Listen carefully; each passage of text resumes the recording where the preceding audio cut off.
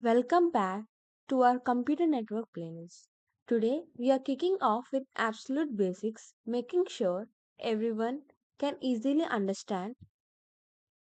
Coming to our first topic, introduction to computer network. What is a computer network? Imagine you have two or more computers, maybe a computer and a phone or even a smart TV. A computer network is simply a way for these devices to connect with each other, to share information, use each other's equipment, and talk to each other. These connections can be wired and wireless.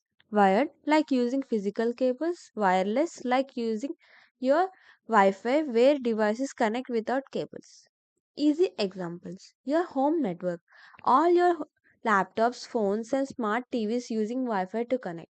An office network, computer in an office sharing files, or even a single printer. The internet.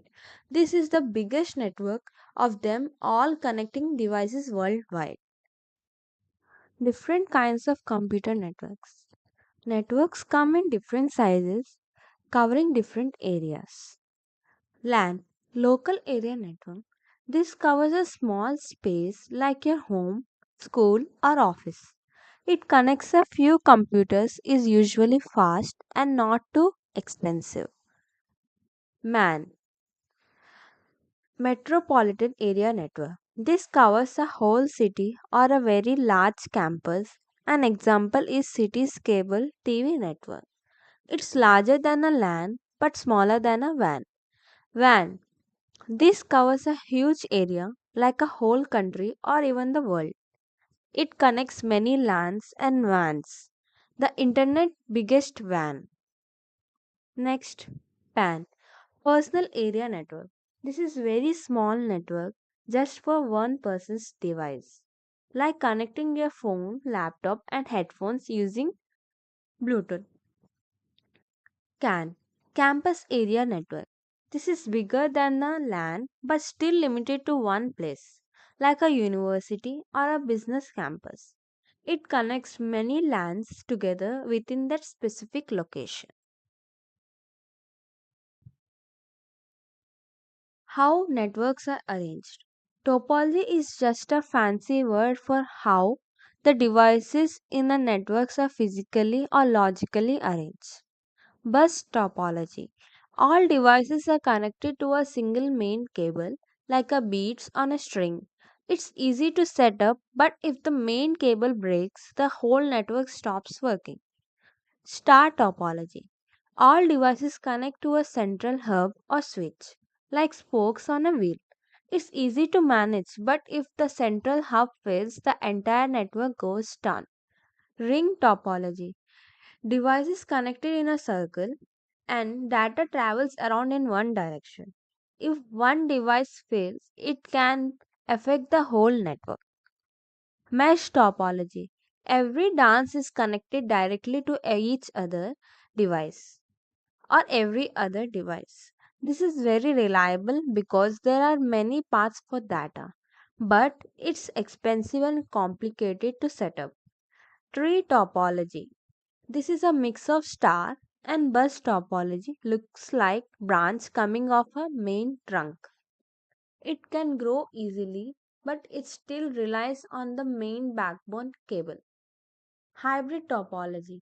This is when you mix two or more different topologies like a star and a mesh. It's flexible, but it can be more complex and expensive. What makes a good network?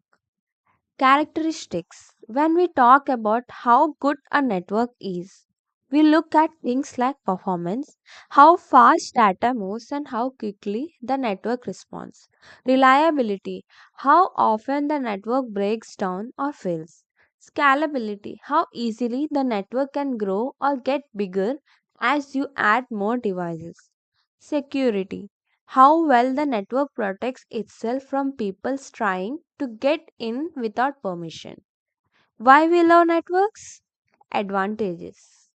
Shares resources like using one printer for many computers or sharing storage space. Exchange information, send emails, transfer files, and browse websites. interact with dynamic web pages, access websites that are constantly updated or changing. The downsides of network disadvantages. But networks also have some challenges, security risks. They can be vulnerable to hacking and viruses. Main server failures. If the central computer that manages everything fails, the whole network might stop working. Cost. Setting up, keeping a network running can be expensive. Where we use networks. Applications.